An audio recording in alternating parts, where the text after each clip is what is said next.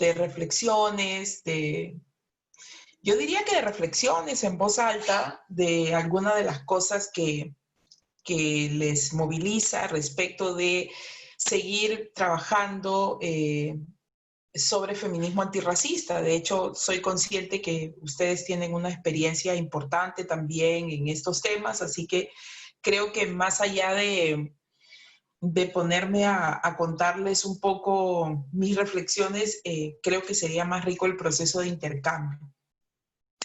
Entonces yo lo que quisiera es también adelantarles algunas, algunas cosas para más bien a partir de allí provocar, digamos, un intercambio, ¿no?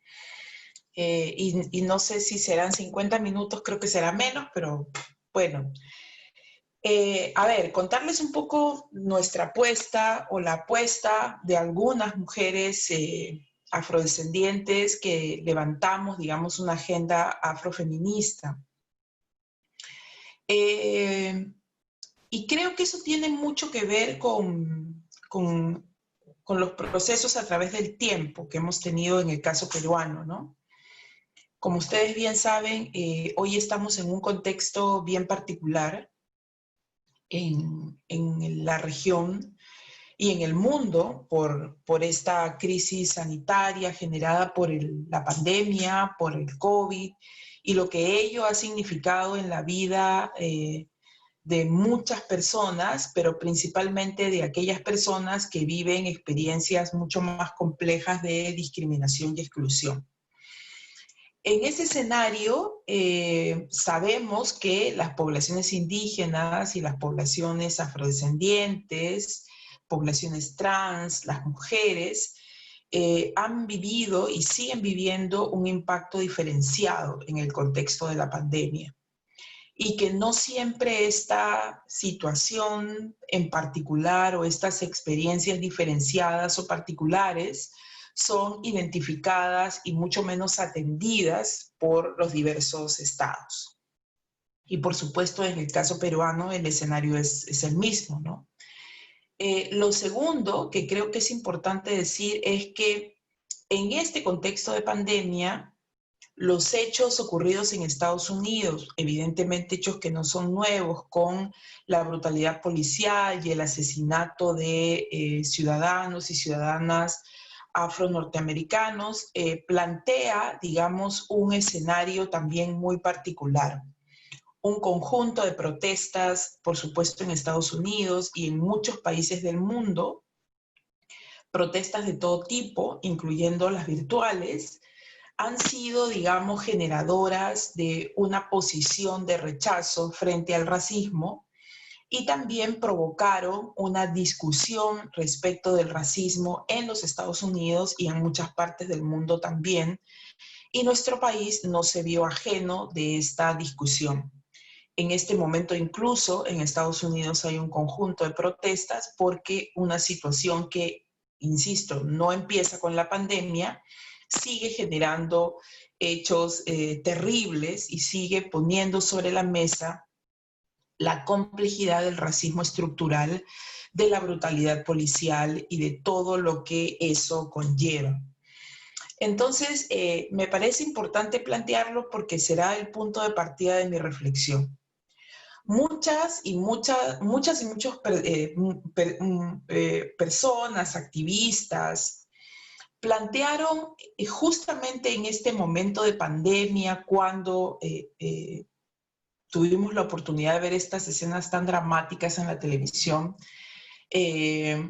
plantearon su rechazo al racismo, su rechazo a la brutalidad policial. Hubieron una cantidad impresionante de eventos virtuales desde muchas partes del mundo, desde nuestro país también, para discutir sobre el racismo. Digamos, mucha gente planteaba que lo que se vivía en Estados Unidos no era lo mismo que se vivía en Latinoamérica, o que no era lo mismo que se vivía en Perú, que el racismo era distinto, que el impacto era distinto.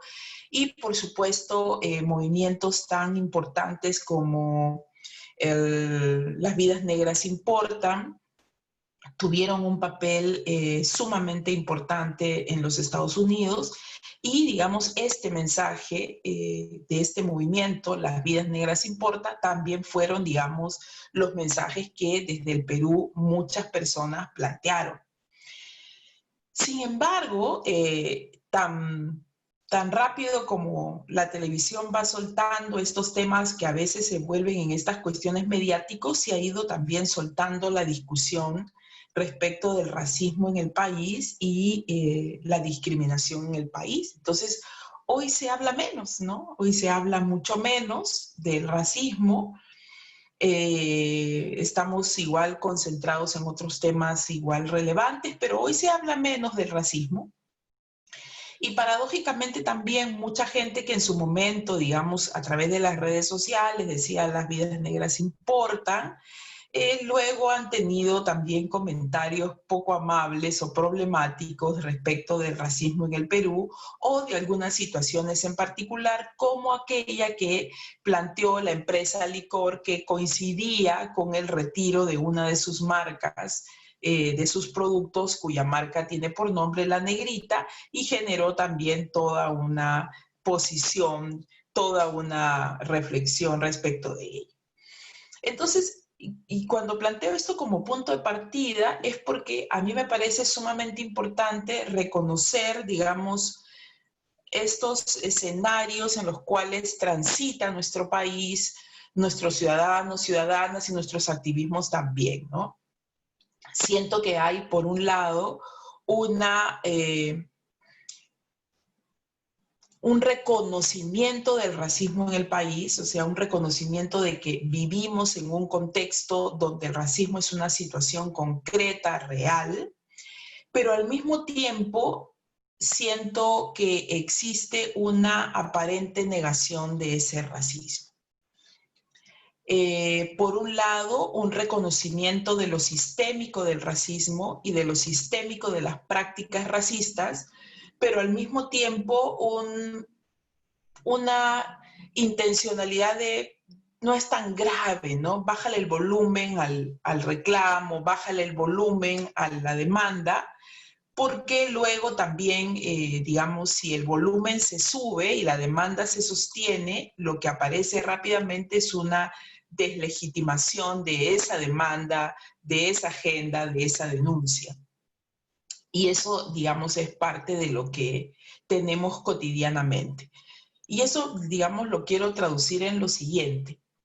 Una encuesta que hizo el Ministerio de Cultura en el 2018 fue una primera encuesta sobre percepciones de la diversidad cultural y eliminación de la discriminación racial o discriminación racial.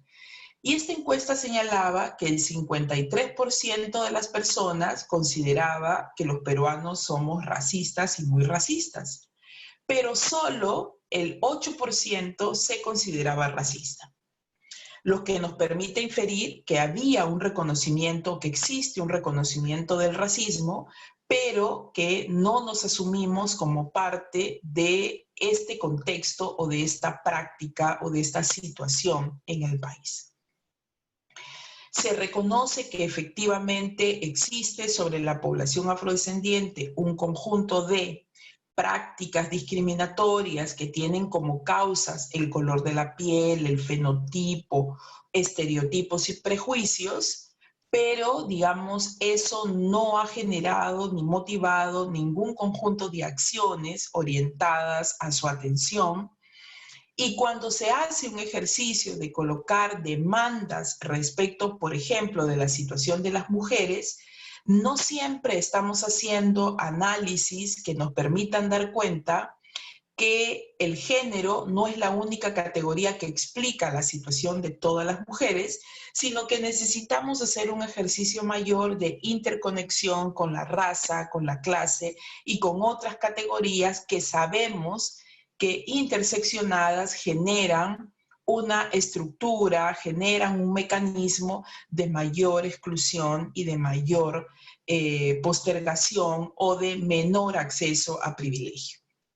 Y por supuesto, en esa discusión, pocas veces hacemos una reflexión mucho más profunda, mucho más estructural de nuestras relaciones de poder en el marco de reconocer posiciones de privilegio y posiciones de subordinación, ¿no? Y yo creo que esto es un punto central respecto de la agenda afrofeminista.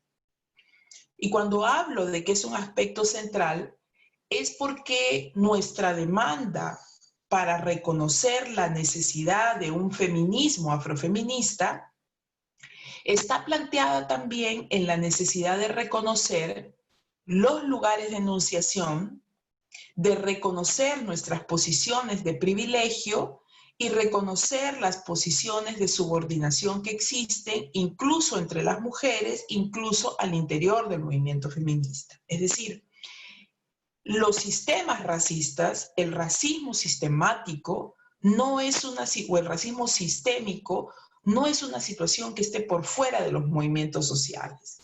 No está por fuera del movimiento feminista, no está por fuera de otros movimientos, también están adentro de nuestros movimientos. Y necesitamos reconocer el impacto de estas cuestiones sistémicas para identificar por qué hay necesidad de enunciarse desde un feminismo antirracista, ponerle, como a muchas lo denominan, apellido, para poder desde allí enunciar una apuesta política que ponga sobre la mesa esta situación en particular. Y es importante también plantearlo desde lo que ha acontecido, digamos, en el contexto de pandemia, porque personalmente yo no he escuchado a mucha de la agenda, digamos, que se coloca en favor de las mujeres, dar cuenta de la necesidad de reconocer que la pandemia tiene afectaciones distintas entre las mujeres, ¿no? Y que no hemos sido, por lo menos yo no he identificado que se plantee con claridad, por ejemplo, que muchas de las mujeres afrodescendientes, y no porque, digamos, yo lo diga así, sino porque ahí están los datos del censo y otras encuestas que te lo están señalando, son personas que están en la condición de lo que nosotros llamamos informal. Por lo tanto, el contexto de pandemia tiene que tener un impacto directo en esta población y, por supuesto, en otras poblaciones. Pero no se nombra, ¿no? No se nombra. Y cuando no se nombra, pareciera que es una responsabilidad solo y exclusivamente de las mujeres afrodescendientes nombrarlo, ¿no? Entonces, el estar presente en la agenda desde el movimiento Mujeres, en la agenda del movimiento feminista, el estar presente desde la agenda del Estado, pareciera que supone que son las y los afrodescendientes quienes tienen que colocar la agenda o, digamos, solo el ente rector competente con instrumento de gestión exclusivo, el responsable de levantar un conjunto de acciones, como si, digamos, salud no tuviera que ver por la salud de todos y de todas, incluyendo población afrodescendiente, como si la educación no tuviera que ver con la educación de todos y todas, incluyendo población afrodescendiente, como que, digamos, desde el feminismo los temas de violencia, los temas de acceso a oportunidades, igualdad, paridad, no tuviera que ver con todas las mujeres, entre ellas afrodescendientes. Entonces, creo que esta dimensión de la reflexión es sumamente importante para reconocer por qué la apuesta o reconocer por qué la necesidad de levantar una agenda afrofeminista. Y evidentemente es porque necesitamos dar cuenta que cuando se enuncian un conjunto de demandas, no siempre se está planteando desde la comprensión de la situación, de la posición, desde el lugar de enunciación de la sujeta negra, de la sujeta afrodescendiente en el contexto peruano. Y a partir de allí tenemos una profunda necesidad de poner en tensión estas ambivalencias que tenemos en nuestro país, que evidentemente también impactan al interior de nuestros movimientos. Y en ese escenario también reconocer, por ejemplo, que un conjunto de agendas que para nosotras son vitales, no siempre nos están pensando como las sujetas con voz para plantearlas, ¿no? Por ejemplo, paridad y alternancia para nosotras es fundamental, pero apelamos a una paridad y alternancia que permita que las mujeres que en contextos como los nuestros estamos en menores condiciones y posibilidades del acceso a la participación política estén.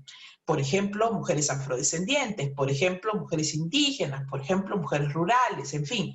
Creo que allí hay todavía una necesidad de seguir reflexionando sobre ello.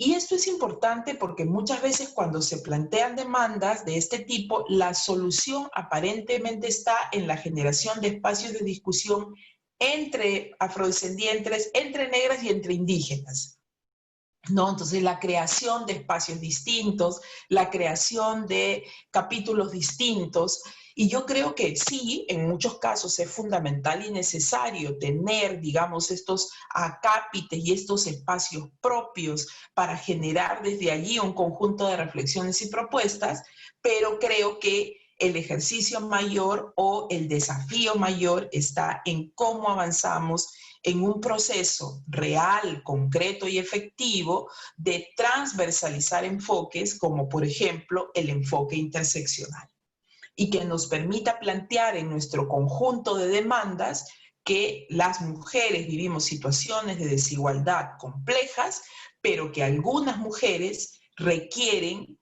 ser leídas desde un conjunto de situaciones que están marcadas, por ejemplo, por la raza, por la clase, porque la racialización de los cuerpos ubica a estas mujeres en una posición muy compleja respecto de acceso a derechos fundamentales, porque creo que sí es necesario seguir hablando en clave de derechos, en cuestión de acceso a derechos fundamentales, y que esa agenda no siempre está interpretada, leída, reconocida desde los movimientos que luchamos por la igualdad, entre ellos, por supuesto, el movimiento feminista. Entonces, creo que una demanda importante para nosotras tiene que ver entonces con trabajar en el marco de seguir construyendo una posición crítica feminista, pero que ponga en tensión o que siga reflexionando la tensión entre el discurso y la práctica, ¿no? Y allí creo que podemos haber tenido momentos interesantes en el Perú de discusión, de diálogo, pero creo que todavía nos hacen falta muchos más espacios para seguir discutiendo respecto de ello, ¿no? Entre el discurso y la práctica todavía tenemos allí tensiones que necesitamos levantar. Y finalmente, lo que incorporaría también en esta reflexión tiene que ver con a qué nos referimos cuando hablamos de racismo estructural. Porque mi sensación, que puede ser, digamos, no completa, pero finalmente es mi sensación, mi percepción, es que muchas veces se entiende que nuestro problema, por citarlo de alguna manera y entre comillas, es un problema que tiene que ver con el racismo, pero en una lectura del racismo muy plana, ¿no? El racismo más bien como un problema de personas, y no más bien como un problema que tiene que ver mucho más, que tiene que ver con mucho más que eso. Es decir, no solo es un problema de personas, es un problema estructural, por eso decimos que es sistémico, que tiene que ver con el acceso a derechos fundamentales, que tiene que ver con el derecho al acceso a la educación, a la salud, al seguro de salud.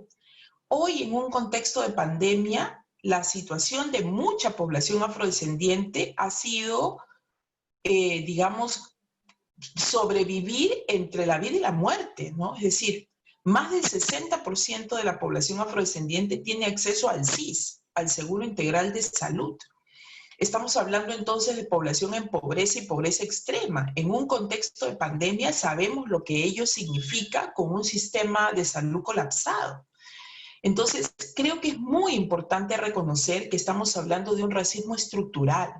Estamos hablando que casi un tercio de la población afrodescendiente tiene enormes dificultades para el acceso al Internet. Y hoy la educación a distancia te coloca esto como una necesidad concreta.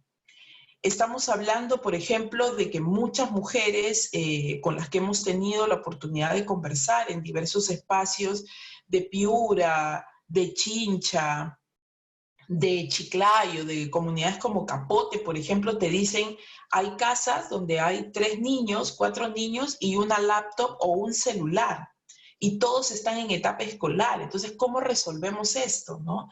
Y en un contexto donde tampoco puedes pagar el internet o tienen solo un televisor. Es decir, un conjunto de situaciones que no siempre estamos reconociendo y mirando cuando hablamos de población afrodescendiente. Y que cuando además hablamos de lo intercultural, tampoco lo terminamos develando, ¿no? Porque lo intercultural en el país muchas veces se entiende a partir de la lengua y esto termina impactando solamente en población y en pueblos indígenas. Y los pueblos afrodescendientes quedan por fuera de esta reflexión o de esta construcción de la demanda. Entonces, lo intercultural tampoco lo ha terminado de resolver. Entonces, me parece sumamente importante el reconocimiento de el racismo estructural porque tiene que ver con ejercicio de derechos fundamentales. Hoy, digamos, me sería muy interesante ya ver los resultados de encuestas tipo ENAO, seguro la vamos a ver ya en el primer trimestre del 2021, pero por ejemplo, acceso a educación superior, el censo ya advertía que población afrodescendiente está casi 11 puntos por debajo de población blanco-mestiza. Luego de este contexto de pandemia sabemos que el panorama va a ser mucho más dramático. Entonces, cuando damos cuenta de la existencia de un racismo estructural y cuando damos cuenta de la necesidad de un feminismo antirracista, es de un feminismo que esté discutiendo a partir del impacto del racismo estructural, ¿no? Y que comprendamos que posiblemente una alternativa es la construcción de ciudadanías antirracistas, pero que no solamente están buscando operar en el plano de lo simbólico, ¿no? En el plano de la situación del insulto, que es gravísima y que también hay que verla en diálogo con las representaciones que la sostienen, sino que estamos hablando de lo sistémico y lo estructural del racismo y lo que eso genera o lo que eso termina generando en la vida de los hombres, de las mujeres afrodescendientes, de los niños, de las niñas afrodescendientes, de las mujeres trans afrodescendientes que hoy, digamos, nos están compartiendo mucho de sus reflexiones también. Entonces, yo diría que la apuesta de un feminismo antirracista en el Perú está yendo por esos sentidos, de ir colocando sobre la mesa lo importante de reconocer el contexto que tenemos en el país, de reconocer que no es necesario un arma apuntándote para reconocer la existencia del racismo y que el racismo mata, que no es tan simple como pronunciarse antirracista, sino que demanda de un ejercicio de problematizar y problematizarnos, insisto, nuestras relaciones de poder, nuestro lugar de enunciación, de problematizarnos, por ejemplo, nuestros discursos de respecto del racismo y cómo estos están dialogando con nuestras prácticas racistas, ¿no?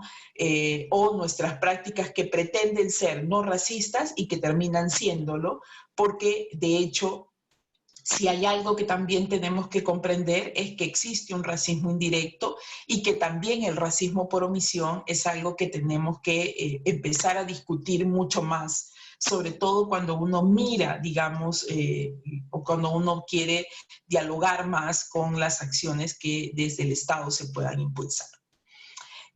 Nada, yo me quedaría aquí para más bien sus comentarios, reflexiones.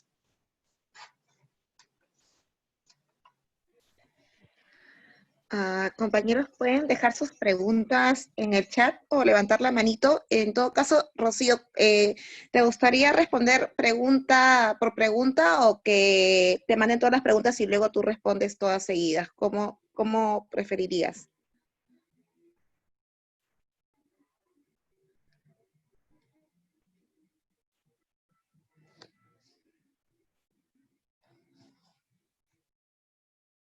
Janet va a hacer una pregunta, creo, ¿no?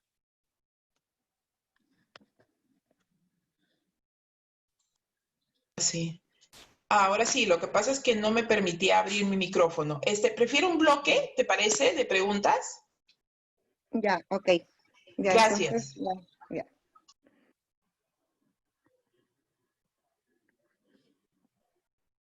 Ya, entonces, gracias Rocío por tu exposición. Realmente cada vez que te escucho es una cachetada a mí mismo.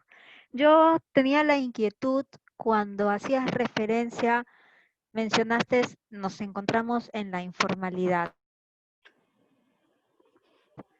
¿A qué hacías referencia? ¿A la falta o a la inexistencia de una política pública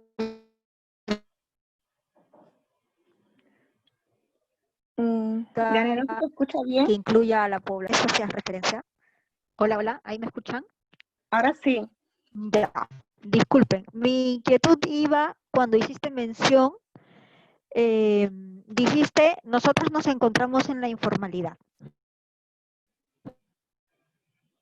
Cuando hablabas de la población afrodescendiente, ¿a qué hace referencia esa informalidad? ¿A la falta de política pública por parte del Estado para asegurar un acceso de derechos?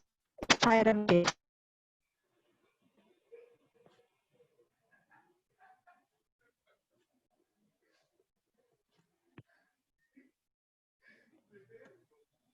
¿Alguien más desea hacer otra Sí, pregunta? yo, Evita, ¿no? Ya, Evita, sí, dale. gracias Nina, gracias Rocío por acompañarnos y compartir todo lo que nos has comentado. Yo tengo dos consultitas, una de ellas que si por favor podrías ampliar un poquitín más cuando mencionabas de que cuando intentamos ser, cuando se intentan ser no racista, a veces se cae y se es racista, ¿no? Si nos podrías como ampliar un poco más el tema o dar ejemplos también adicional como para prestar ojito a eso. Y la segunda consulta es eh, también si me puedes brindar algunos consejos o tips o puntos de partida, o brindarnos a todos, no me refiero, sobre cómo abordar estos temas en nuestros espacios más cercanos, ya sean nuestras familias y nuestras amistades, ¿no? Que es como más delicado porque a veces pues ellos también tienen ciertas opiniones, posturas, ¿no? Y a veces cuando se trata como de sensibilizar o mostrarle pues que no es así, ¿no? Hay como que cierta fricción, ¿no? Entonces como puntos de partida, consejos, pues como para también llegar a ellos, porque a veces es complicado, ¿no? Más si es tu familia, o sea, cómo discutes o cómo abordas este tema, porque es delicado, porque también estás tocando su sensibilidad de la otra persona, ¿no? O sea, es distinto, pues, yo creo, ¿no? O al menos de mi persona, yo creo que completamente distinto sensibilizar, acercar en ciertos temas como estos a tu mamá, a tu papá, a tu hermano, que pues ir, no sé, a ir a la calle, pues, ¿no? Y también pues hacer estos eventos a personas pues que están en la calle y conversar es completamente distinto, ¿no? Y cómo lo recepciona la persona, la forma de... Entonces yo sí quería así como consejitos para pues que todas podamos tener presentes. Y bueno, muchísimas gracias nuevamente. Gracias, Eva. Ahora creo que su pregunta la va a hacer Flor. Sí, muchas gracias, Rocío, por darte la oportunidad otra vez de estar con nosotros siempre que te escribimos y te contactamos para que puedas participar, digamos, en estos espacios justamente de diálogo, de debate, ¿no? Yo quería, digamos, tomar en cuenta algo que lo has repetido ahora, pero creo que podríamos profundizar más. Bueno, a mí personalmente me quedó muy fijada esta idea, digamos, cuando la primera vez que hablamos sobre feminismo antirracista, y decías, bueno, ahí tengo algunas notas que habías tomado ese día, y decías que, por ejemplo, uno de los desafíos del feminismo antirracista era discutir y problematizar los privilegios que tiene la blanquitud, ¿no? Y la blanquitud, sobre todo en nosotras feministas, ¿no? De cómo esta, digamos, blanquitud nos da... nos genera privilegios distintos a, digamos, a una mujer afrodescendiente, ¿no? y eso tratando de cruzar un poco también desde el lado más de feminismo interseccional, ¿no? Entonces creo que sería importante poder, digamos, escucharte un poquito más sobre esto, porque creo que, digamos, a diferencia de otros movimientos, digamos, el movimiento feminista siempre está hablando desde su, digamos, desde su propia vivencia, ¿no? Y cuestionándolo a partir de su propia vivencia, y eso es lo que me parece súper gratificante, digamos, de ser feminista, porque siempre estamos como pensando, dialogando, cuestionándonos, ¿no? Sobre, digamos, nuestras propias vivencias, ¿no? Desde el lugar donde estamos, además. Entonces, sí, a mí me quedó, digamos, esta frase, como te digo, esto de problematizar los privilegios de la blanquitud, claro, desde el lado más feminista, ¿no? Como, digamos, esto también genera ciertas desigualdades que se, digamos, que se visibilizan en temas de educación, inclusive en el tema de la belleza, que por ejemplo a mí me quedó muy claro este ejemplo que nos pusiste sobre el tema del pelo, por ejemplo, ¿no? El hecho de que siempre que cuando pensemos en belleza, pensemos de un cabello lacio, ¿no? Y súper ordenado, supuestamente, ¿no? Y que por ahí va en el discurso justamente de un poco de normalizar los cuerpos, ¿no? Y de eso que decíamos de la belleza, la blanquitud, ¿no? Pero desde este lado más, digamos, problematizarlo desde el lado más feminista, ¿no? Así que sí te pediría que si pudieras ampliar un poquito esta idea, ¿no? Eso, muchas gracias. ¿Hay alguna compañera que quiera hacer una pregunta más o algún comentario? Yo escribí en el chat, disculpa. En el chat de aquí del sur. Y para yo también preguntar. Sí.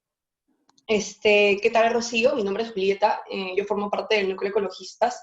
Sin embargo, soy feminista ya desde hace un par de años. Y mi pregunta es la siguiente. He escuchado reiteradas veces que el feminismo parte de un carácter colonial. Como bien sabemos, el racismo sí parte desde una estructura de la utopía de blanqueamiento impuesta colonialmente hablando. Sin embargo, me parece que el feminismo, la estructura patriarcal no es tanto así. El patriarcado ha existido históricamente hablando en civilizaciones del Oriente, de África, inclusive dentro del Perú prehispánico, ¿no? De la Via Yala. Me gustaría un poco tu comentario al respecto porque a mí me genera bastantes ideas encontradas y creo que de alguna manera idealiza un pasado que realmente no fue así. Entonces, eso, por favor. Gracias. ¿Alguien más creo que iba a hablar después de ella? ¿Iba a hacer una pregunta más? Yo, unita más puedo hacer, Nina. Sí, Eva, sí. Gracias. Rocío, justo se me vino a la mente que consultarte, ¿cuál es tu opinión respecto a que pues estas marcas como Ripley, Saga, ya en sus y otras marcas pues también, ¿no? Que va por ahí esa línea, están incluyendo ya en casi todos sus comerciales, hay, antes pues que eran todas pues blanquitas, ¿no? Ahora ya no, ahora como que sí o sí pues tiene que haber, ¿no? Supuestamente una mujer afrodescendiente, pero que parece que no tanto, pero es como que ya en todo pues los comerciales ya ahora sí tienen que haber, pero creía yo pues que no es porque ellos pues por que estén sensibilizados, sino lo ven como que, no, si no pongo ahí, es como que la sociedad lo va a ver mal, ¿no? O sea, creo que por ahí va su sentir, no sé, pero igual conozco muy poco de eso, porque quizás tú tienes un poquito más el tema de que ya casi todo comercial no puede salir, todavía de esas marcas, ¿no? Quizás las otras que de menor presupuesto lo hagan tomando esto en cuenta o no, pero las otras marcas como que ya siempre tiene que haber ahí una, en las fotos también, ¿no? Diversos colores y ya tiene que estar así, ¿no? ¿Cómo tú ves eso que se está haciendo hacia esa tendencia? Y quería yo que también no solamente en los comerciales, ¿no? Sino también en las últimas películas que van sacando también, ¿no? Es como hay un grupo de amigos y ya, sí tiene que haber una persona afrodescendiente, ¿no? Y así, o sea, como se va poniendo, no sé si como la cuota, ¿no? No sé si es el término correcto, pero es como que todo está yéndose más a eso. Entonces quería ver si me podrías un poquitín ampliar más el tema y dar tu opinión. Muchísimas gracias nuevamente. Gracias, Evita. Y María Nelly, tu pregunta.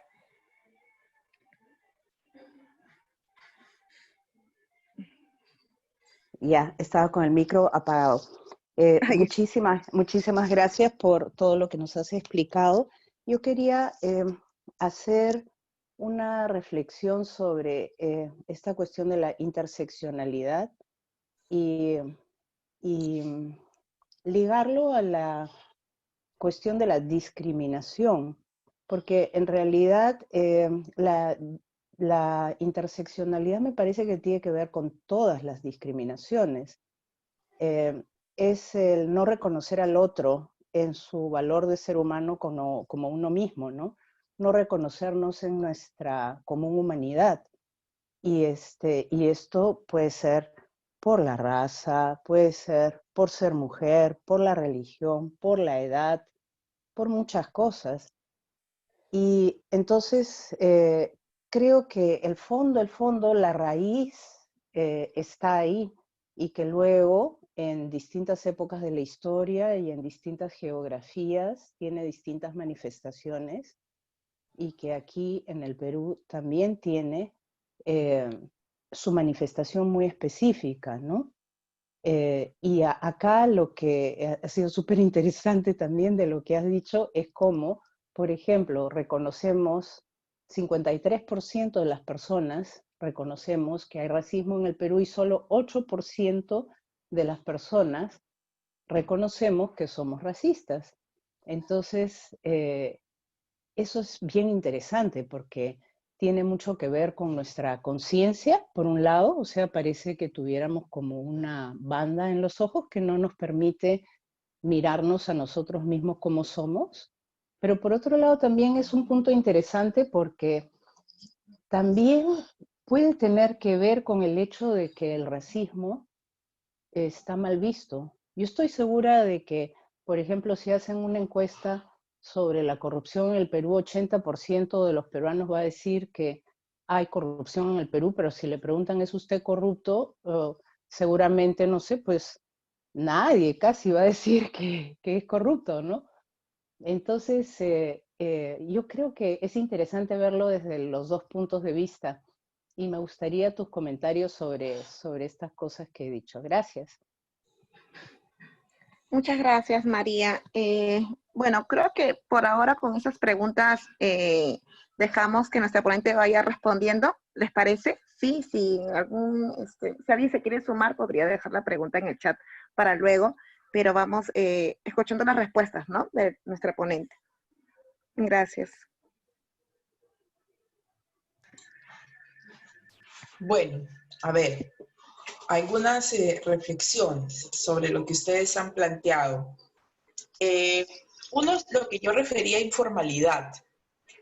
Según los datos del censo, el 62.7% de la población afrodescendiente tiene acceso al seguro integral de salud. Ustedes saben que es un seguro que se otorga a personas en pobreza y pobreza extrema. Solo el 31% tiene acceso a salud. Quiere decir que la mayoría de población afrodescendiente no está formalmente contratada. Al no estar formalmente contratada, entonces podemos inferir que se encuentra en condiciones de informalidad o atendiendo un conjunto de tareas. La mayoría, según datos del censo, efectivamente está en ocupaciones elementales, y cuando uno mira a las mujeres, el 32% de las mujeres afrodescendientes son trabajadoras de servicios, son vendedoras en comercios y mercados, ambulantes, etc. Sabemos que en un contexto de pandemia, donde la inmovilidad social fue el factor determinante y hemos tenido medidas sumamente drásticas para eso, son poblaciones que se han tenido que ver seriamente impactadas, ¿no? Digamos, no es poco lógico entender la secuencia. Sin embargo, cuando se implementaron las medidas, por ejemplo, referidas al subsidio económico, al bono, el enfoque étnico-racial no ha sido uno de los enfoques incorporados, ¿no? Han sido otros los enfoques, el territorial, qué sé yo, los determinantes para tomar decisiones respecto de las personas que recibían los bonos. Entonces, cuando decimos que la informalidad, nos estamos refiriendo a este dato, pero nos estamos refiriendo también a lo que eso puede significar en materia de atención desde el Estado para generar, digamos, un conjunto de medidas o acciones que garanticen mejores condiciones para la sobrevivencia, sobre todo en el contexto en el que nos encontramos, que sabemos que ya es duro para todas y todos en el Perú, pero no podemos dejar de reconocer que hay poblaciones que viven situaciones más complejas. Y eso me invita a pensar en la reflexión que nos planteaba la compañera respecto de lo interseccional, que es efectivamente reconocer que existen personas que viven un conjunto de identidades, que tienen un conjunto de situaciones que en su intersección van a colocarlas en una posición menos privilegiada para el acceso de derechos. Por ejemplo, cuando uno nombra las demandas de las mujeres y en ese demandar mujeres no estamos pensando otras categorías, entonces terminamos haciendo un vacío. Y precisamente lo interseccional lo que busca es atender el vacío. Es decir, cuando hablamos de población afrodescendiente y hablamos de mujeres y no nombramos a una sujeta y a una variable que es mujer afrodescendiente, todo aquello que queda por fuera de esa intersección de estas dos categorías, mujer y afrodescendiente, es aquello que desde el enfoque interseccional tenemos que mirar. ¿Qué pasa cuando se interseccionan estas dos categorías? ¿No? ¿Qué pasa cuando hablamos de pueblos indígenas y mujeres? Y cuando hacemos la intersección de nombrar al sujeto, nombrar a la sujeta mujer indígena. Entonces, ahí hay una intersección que configura un conjunto de situaciones que en el marco de una estructura social te coloca en una posición de mayor o menor privilegio. Entonces, mirar lo que queda en ese cruce o lo que no se enuncia en ese cruce es fundamental. Yo creo que aportes como los que tenemos desde teóricas que han trabajado como Patricia Gilcón, que ha trabajado en la matriz de dominación,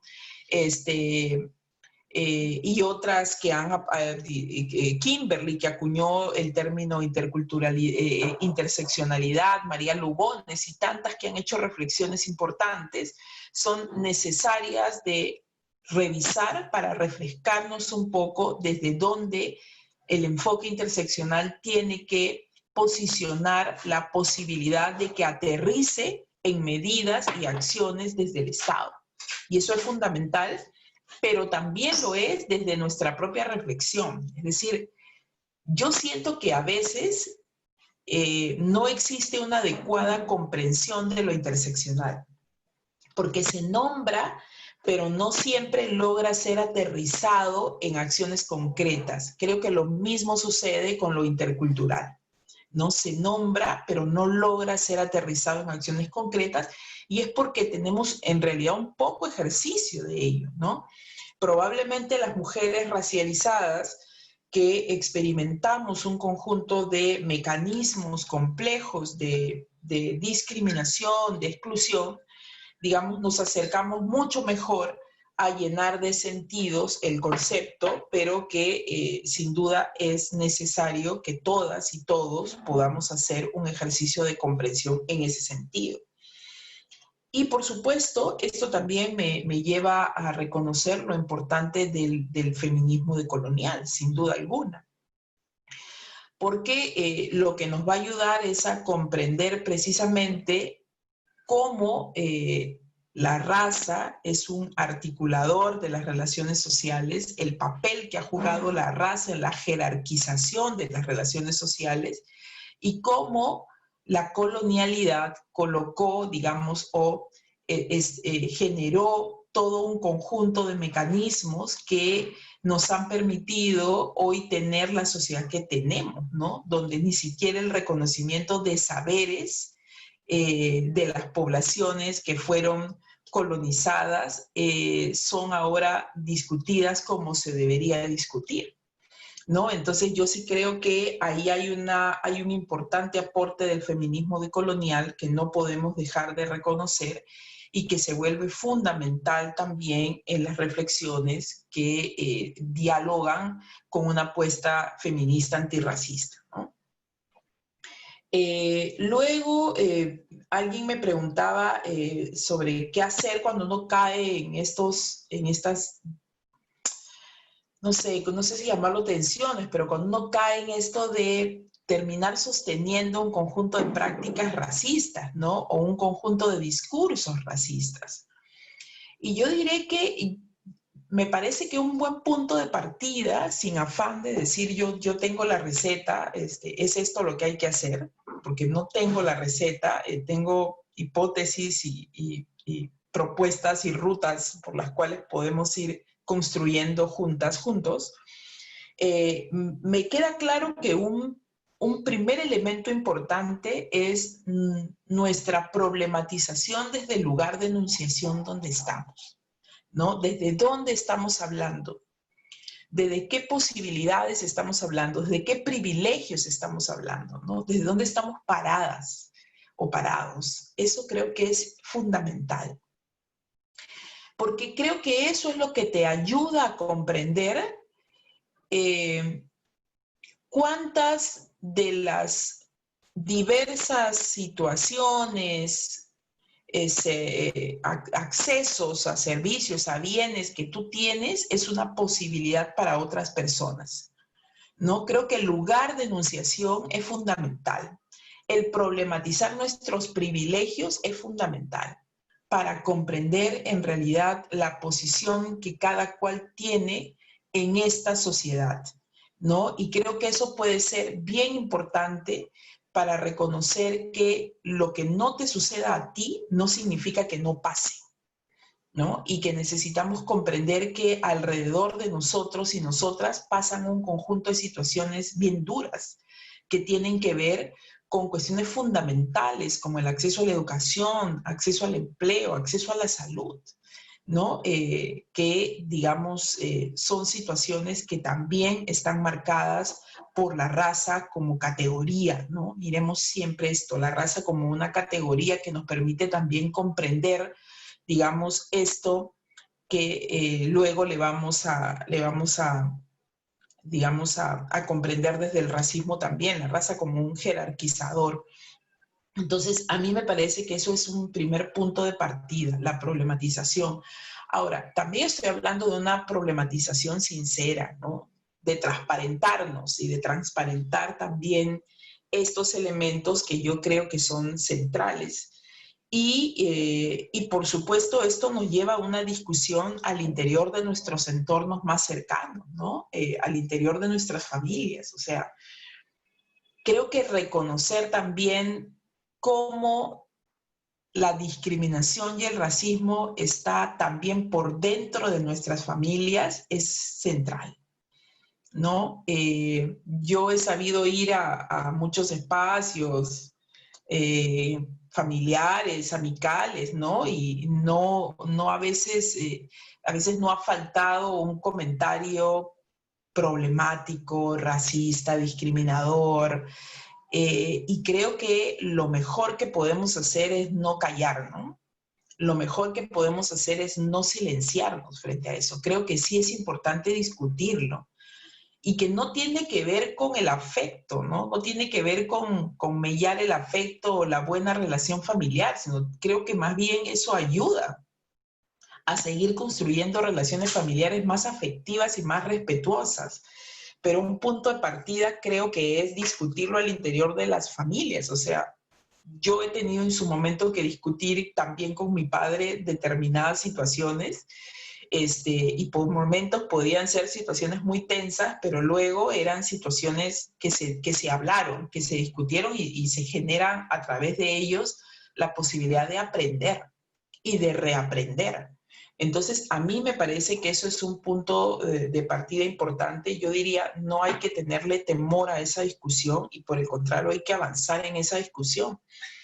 Porque si no, siento que este ejercicio de problematizar no es un ejercicio sincero. O sea, no puede ser solo para el movimiento, para mi colectivo, ¿no? O sea, no puede ser. Esa incongruencia no puede funcionar de esa manera, ¿no? O sea, no puede ser que para mi colectivo esto es, pero en mi casa, digamos, se dice lo que sea, ¿no? Creo que eso no tiene ningún sentido, no nos lleva a nada. Sobre todo porque, digamos, estamos reconociendo, insisto, lo sistémico de esta situación, ¿no? Cuando les mencionaba esta encuesta que hizo el Ministerio de Cultura sobre percepciones, esta encuesta también revela que más del 60% de personas que, digamos, reconoce que la población afrodescendiente y la población indígena son discriminadas por el color de la piel, por el fenotipo. En el caso de población afro, también existe una relación con la delincuencia, ¿no? Existe esta percepción de la relación con la delincuencia y esto es grave. Y esto es grave porque esto explica muchas veces un conjunto de prejuicios que se tienen respecto de los hombres y mujeres afrodescendientes, ¿no?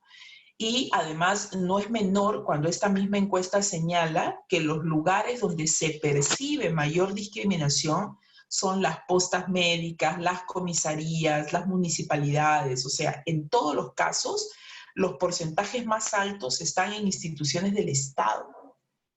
Entonces no es menor, es grave y te está dando cuenta, digamos, de lo nada que hemos avanzado respecto a discriminación y racismo en el Perú. Y esto pues tiene profunda relación con lo que tenemos como país hoy en términos más estructurales. Creo que se relaciona también con democracia y se relaciona con otros elementos, pero que al mismo tiempo te están, digamos, develando que la ruta, digamos, para avanzar en materia de discriminación y racismo, no la ha terminado ni de identificar ni de resolver lo intercultural, ¿no? No lo ha terminado de resolver, ¿no? Los enfoques no están funcionando, las medidas no están funcionando, las formas de implementar no están funcionando. Necesitamos repensarnos esa parte. Esa parte me parece que es importante. Y esto evidentemente también se relaciona con esto que Flor mencionaba, ¿no? Que le había quedado resonando el tema de privilegios, ¿no? Que hace un momento también mencioné. Hay que discutir privilegios y hay que discutir privilegios también desde la blanquitud, ¿no? Porque la blanquitud es lo que te otorga estatus en sociedades como las nuestras, ¿no? Todo lo que te acerque a ello es lo que te coloca en lo que Nancy Fraser denominaba muy bien valor de estatus, ¿no? Es todo aquello que te coloca en una posición de mayor privilegio y de mayor ventaja, ¿no? Y por supuesto, cuando te alejas de ello es cuando vives las situaciones más complejas, menos dramáticas, menos valoradas y con mayor drama, digamos, ¿no? En respecto del ejercicio de derechos. Entonces, a mí me parece bien importante esto de pensar privilegios, pensar y problematizarlo desde esta mirada de la blanquitud, ¿no? Que en el Perú tiene muchos sentidos, ¿no? Aquí pasan cosas bien complejas. Prueba de ello son lo que mencionaban también los comerciales y la publicidad ahora. Mucha de la publicidad lo que te muestra como bello, como bonito, como elegante, como oneroso, difiere de lo que somos la mayoría de peruanos y peruanas y difiere de lo que somos la población afrodescendiente, ¿no? Es un personaje, un hombre, una mujer blanca o blanco, ¿no? Y eso es lo bonito, eso es lo bello, eso es a lo que tenemos que acercarnos. Y claro, ha sido tanta la demanda desde la sociedad civil, tanto el reclamo de la sociedad civil, que hoy tenemos, digamos, una respuesta donde sí, pues mucha publicidad hoy está incorporando a población afrodescendiente, población indígena, en algunas de las publicidades. No es todo lo que quisiéramos, pero está, y en términos simbólicos puede ser importante. Lo que nos debería llevar a una discusión mayor es si en verdad estas empresas están haciendo un ejercicio más complejo que ese, ¿no? Es decir, cuánto de su personal en estas empresas son afrodescendientes, ¿no? Cuánto de su personal, no de personal probablemente de... que tiene los menores sueldos, sino en los espacios donde se toman decisiones, ¿no? O sea, ¿qué tanto de esta mirada más intercultural, más diversa, aparece en la estructura organizacional de estas empresas? Se relaciona con lo de Alicor. Me parece genial que Alicor se discuta si su marca o el nombre de su producto es racista o no. O sea, me parece bien que entienda que lo es y que ha tenido y que ha sido terrible para muchas personas, para muchos niños y para muchas niñas cuando los insultaban con esa marca.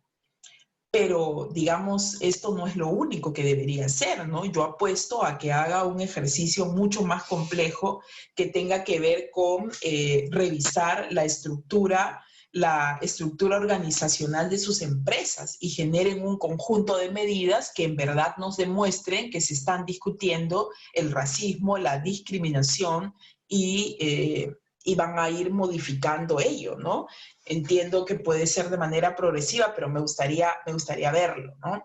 Entonces sí, estamos en un momento interesante, pero igual es un momento que hay que verlo con cuidado también y no sentirnos complacidos ni complacidas con ello, ¿no? Creo que la demanda, insisto, si estamos reconociendo la cuestión estructural y sistémica, es porque apelamos a que la atención sea en esa dimensión estructural, ¿no? Eso. Y alguien planteó, bueno, los tips, no me queda claro los tips, o sea, no sé por dónde ir con los tips, pero sí con esto de las discusiones, ¿no? Discutirlo creo que es importante. Y hay una pregunta en el chat que plantearon sobre la academia, ¿no? Si la academia está avanzando en eso. Yo creo que no, todavía no. Hay cosas interesantes que se están haciendo en espacios académicos respecto de discutir sobre población afrodescendiente, sobre racismo. En el contexto de pandemia se han generado varios debates, ¿no? Pero eso no significa que lo estructural se esté moviendo, ¿no? Por ejemplo, que se incorporen un conjunto de cursos, cátedras para discutir sobre población afrodescendiente. Creo que la Universidad Católica ha incorporado un curso, no sé mucho, pero entiendo que ha incorporado un curso. Pero creo que valdría mucho la pena seguir problematizando esto, pensando también en cuántos espacios de discusión la academia genera para abordar el racismo en el país, pero además donde finalmente quienes se sienten no sean las mismas personas de siempre, ¿no? O sea, finalmente, ¿quiénes son los que terminan discutiendo el racismo y la discriminación? O sea, ¿cuándo vamos a ver paneles donde estén activistas, investigadores, académicos, los pocos que puedan existir, las pocas que puedan existir desde el movimiento afrodescendiente, desde el movimiento indígena, desde los movimientos LGBT, en fin, desde otros movimientos, compartiendo reflexiones y generando propuestas y demandas, ¿no? Eso no es algo que veamos todavía con mucha frecuencia. Yo por eso siempre recupero estas reflexiones que a veces nos llegan desde otros países, Brasil, Colombia, cuando Sueli Carneiro planteaba ennegrecer el feminismo y también desde otras voces también ennegrecer la academia. Es central ennegrecer la academia, ¿no? Donde se pueda ir generando mucha más producción de información desde lo afrodescendiente, pero además reconociendo los diversos saberes, ¿no? Los diversos saberes de lo afrodescendiente, es decir, no esta cuestión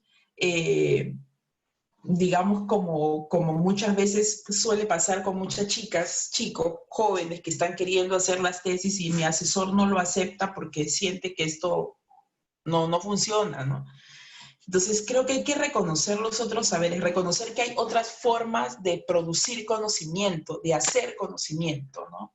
Las propias acciones desde la música, desde la danza en población afrodescendiente es poderoso, es potente, ahí hay saber, ahí hay conocimiento, ahí hay sabiduría que también necesitamos potenciar, mirar, ¿no? Y entender.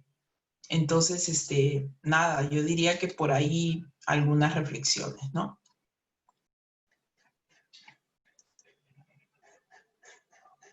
Hay otra pregunta, creo, en el chat de una Sí, compañera. Erika, aquí la estoy leyendo. Dice, desde tu experiencia, ¿hay algunas actividades que se hagan con las compañeras en conjunto para aprender cómo abrir estos temas en casa, con amigues, etcétera? Entiendo que no para todas es tan natural problematizar y seguro hay cosas que todas podemos aprender y seguir empoderándonos. Bueno, no tengo en este momento mucha experiencia de trabajo con otras compañeras no afro de estos temas. El último año ha sido un año complicado porque nos ha tenido más en pandemia y en casa, pero yo sí, digamos, reconozco que el generar espacios de discusión con otras compañeras feministas ha sido importante, ¿no? En varios momentos del año, el año pasado hemos tenido varios momentos de diálogo, por ejemplo, con compañeras de Flora, con compañeras de Demos, y nos hemos sentado a discutir sobre racismo, sobre feminismo negro, sobre afrofeminismo, y han sido espacios de intercambio sumamente importantes, ¿no? Para ir como reconociendo, aprendiendo. Yo apuesto por ello, creo que hay que seguir insistiendo en estos espacios, pero también creo que podríamos generar como otros, ¿no? Por ejemplo, en el contexto de pandemia, yo participé en un taller sobre feminismo antirracista con chicas jóvenes y fue sumamente interesante. Hemos estado creo que en 4 o 5 sesiones discutiendo sobre varios puntos y ha sido un momento de mucha reflexión, de mucho intercambio que a mí me parecen también importantes, ¿no? Probablemente la deuda que tenemos es de seguir generando estos espacios de discusión, ¿no? Y en estos sentidos también, ¿no? De formación, de diálogo, ¿no? Creo que sí, hay que seguir insistiendo en eso.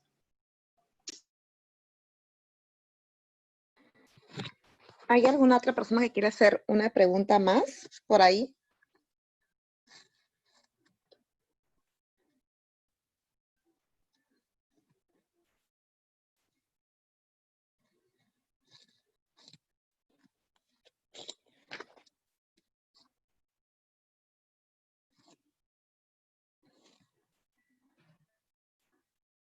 A ver, creo que no.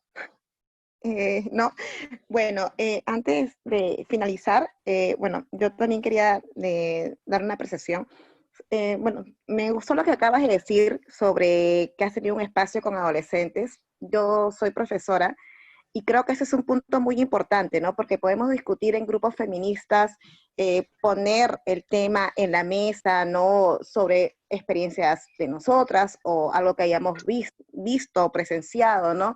Comentarlo sería muy bueno para saber cómo reaccionar quizás si en un futuro pasamos por eso, pero también creo que es muy importante el poder llegar a los niños y a los adolescentes, que son los que por la edad pueden cambiar su conciencia, ¿no? El pensamiento, el dejar la discriminación, el racismo, ¿no?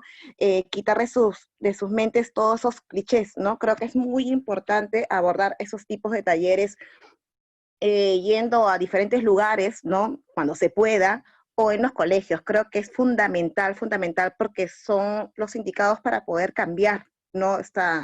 Y formar una nueva sociedad en la que esta discriminación sea mínima, pues no, o nula, ¿no?